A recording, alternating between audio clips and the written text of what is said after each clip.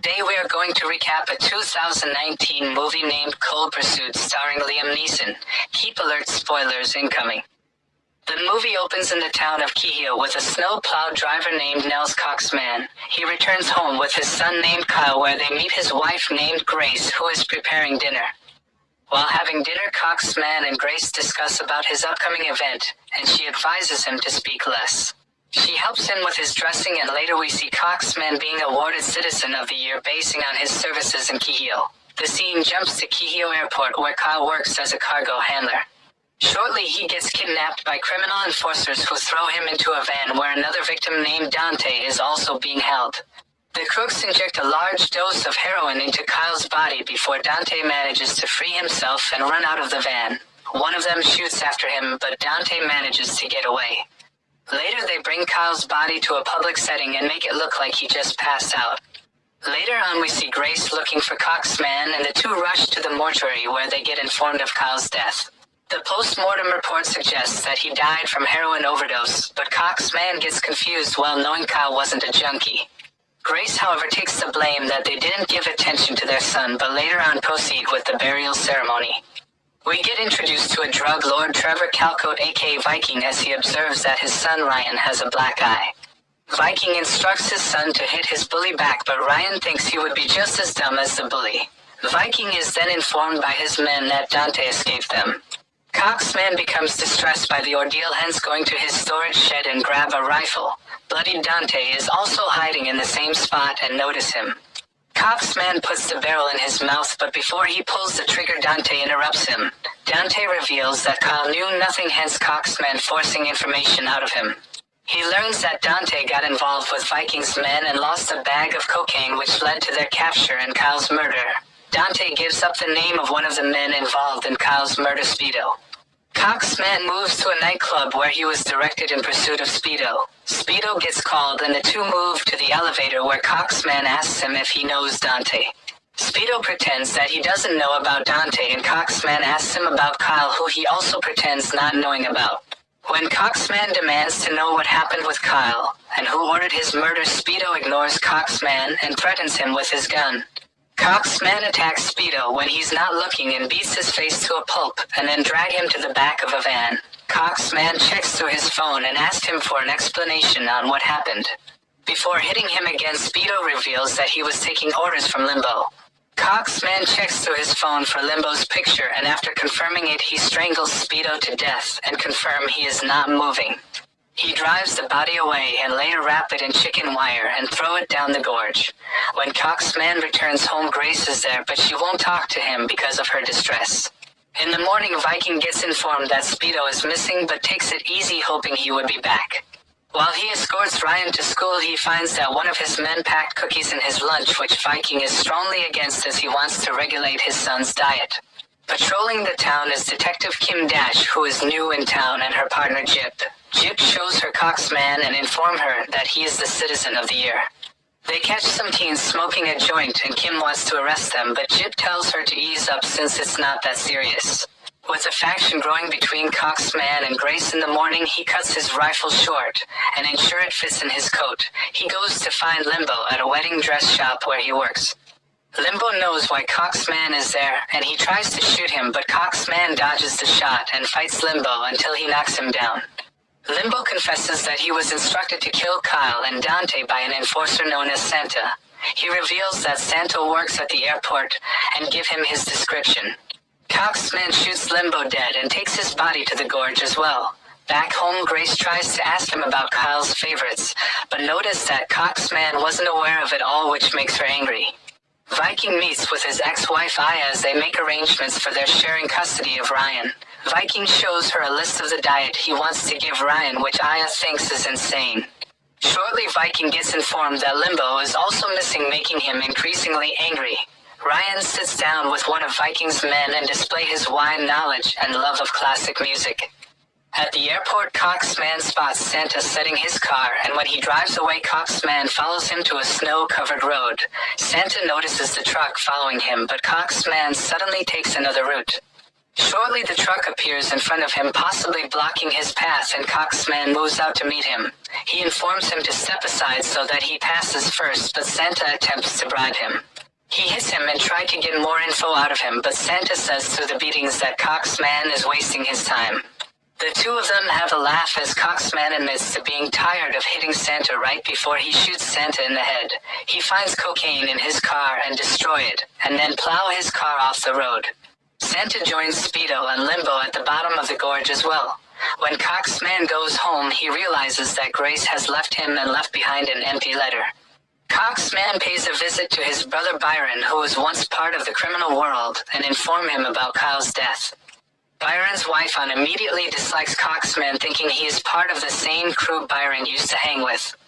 Byron makes a call and learns about the business that Kyle and Dante were involved in, and he tells Cox's man about Viking and how dangerous he is.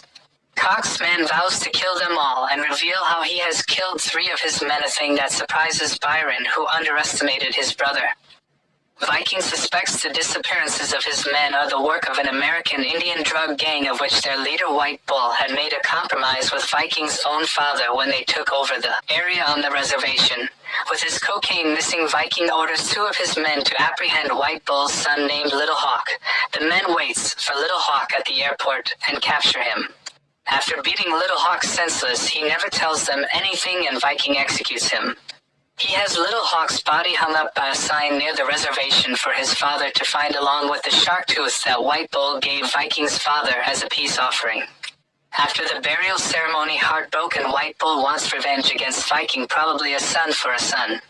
Detective Kim has learned from her ex-boyfriend that Little Hawk was son to White Bull and the war could be between Vikings and White Bull. The captain, however, ignores it, though Kim seems willing to do something about it, thinking that it might be territorial wars. Cox's man visits Byron again for more information on how he can kill Viking, provided that Byron once worked with his father. With his gang name Wingman, Byron had a wide experience in the criminal world. Byron suggests to Cox's man that he hire a hitman called the Eskimo to kill Viking. Cox's man follows Byron's instructions on how to do business with the Eskimo, being that he must pick him up from a train station, take him to a motel, and pay half the money up front.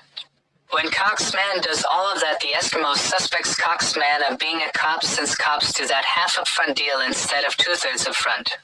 Later, the Eskimo moves to Viking's place and explicitly inform him that he was paid $90,000 to kill him. He double-crosses Cox's man and requests $90,000 from Viking in exchange for who wants him dead, even though his thoughts are on the Indians. After transferring the funds to his account, the Eskimo reveals to him the name Cox's man, and the crooks believe Cox's man is Byron as they remember him as Wingman. Viking, however, feels disappointed with the Eskimo for betraying a person that paid him to carry out a job. With his failure to honor his code, Viking has his men kill the Eskimo, terming him unprofessional. Cox's man checks on Viking and realizes that he is still alive, yet he hasn't heard from the Eskimo. Viking and 2 of his men drive to Byron's home and pick him up. They still think he was the one who sent the Eskimo after him. Byron knows what is going to happen, but since he is already suffering from cancer, he could not care less that he is about to be murdered. He covers for Cox's man, pretending to be the one that sent Eskimo and took Viking's cocaine. Viking respects Byron's spirit before he is executed. Cox's man now later visits Byron's grave, but spits on it and walks away with her luggage. Kim receives a call over the investigation into the case after gathering info from around town, as well as an ex-boyfriend of hers. She learns that Kyle also died from an overdose, as well as the names of people involved in both Vikings and White Bull's operations. Cox's man spares time to visit the graves of his son and brother and later head out to Viking's house. He manages to track Ryan's school from the sticker on the door. Viking meets with his men to find a solution on how to reconcile with White Bull after wrongfully killing his son. When one of his men jokes around, Viking shoots him dead out of anger.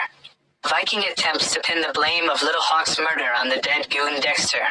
Viking orders his men to decapitate him and bring the head to White Bull as an offering. He sends his man Sly to deliver the head and say that Dexter was the one who killed Little Hawk. White Bull is thankful for the offering, but he still demands a son for a son, and he kills Sly as well. Kim gets intel on the death of Dante, hence going to meet Cox's men, thinking he is not informed. She tries questioning him if he knew anything about their death, but Coxman distances himself from everything. Coxman has arrived at Ryan's school, though White Bull's men are also around in an attempt to kidnap Ryan. Coxman catches wind of this and poses as someone working for Ryan's parents, and he picks him up from school. On seeing him, the men chase him through the streets, but given that Coxman knew about them, he drives faster. He manages to lose their trail after they get blocked by a van. They report back to White Bull but promise to get the kid, but shortly Sly's phone rings. They answer it and report his death and proceed to continue with the hunt. Viking has learned about Ryan's kidnap, which upsets him, though Aya also arrives shortly. She blames Viking, thinking he is the one that took him, yet it was her week of custody. He threatens to call police after 24 hours, but Viking promises her he would be around. Coxman takes Ryan to his home and offers him a seat to prepare for him some eggs. The boy is not scared, as Coxman is friendly to him and Ryan is already a good-natured kid. Coxman puts Ryan to bed, but he asks Coxman to tell him a story before he goes to sleep. He bonds with the boy better than his own father does, and after learning about his job, he requests for a drive in his truck. Viking's men bring in a janitor from Ryan's school who says he saw a man taking Ryan, and he mentions the name Coxman. Viking makes it look like the men will give the janitor the money he was promised, but he just has his men kill him. White Bull and his men take time off to enjoy skiing, and some go for paragliding. Coxman sets his gun ready and later call Viking, who are already going to his house without his consent. He gives him an appointment, but Viking and his men proceed to his house thinking he might be there. They find Ryan's bag inside, though on the other hand Coxman is driving with Ryan. He meets the detectives, who reveal to him that they saw some cars around his house. Viking's men realize the truck company where Coxman works and head out to go there. One of his men stays behind and double-crosses Viking by revealing his location to the Indians, given that Viking killed his best friend Dexter. Coxman moves back to the company and hide Ryan somewhere and order him not to move after giving him headsets. Shortly, when Viking and his men arrive, Coxman gets a hiding spot in an attempt to kill Viking. While still looking for a perfect position, one of Viking's men find him and bring him out on gunpoint. Viking hits him and asks for Ryan's whereabouts, but Coxman stays silent. Shortly, he notices the Indians coming and divert Viking, telling that Ryan doesn't deserve him. The Indians arrive and engage in a shootout with Viking's men as Coxman hides.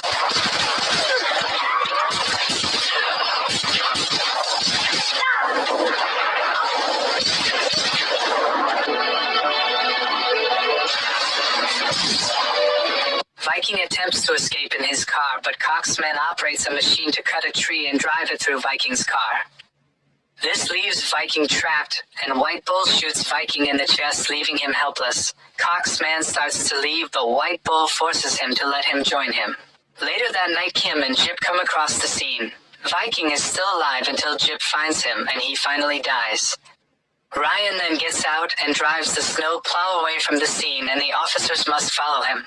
Coxman and White Bull ride along the snowy roads as Coxman just continues to do his job. While on the way, White Bull learns that Coxman is not a threat, hence putting down his gun. He even gets time to sleep and later wake up when everything is still going well. White Bull's last surviving man avalanches paragliding and accidentally flies into the path of the snow plow, causing him to get shredded, bringing the movie to the end.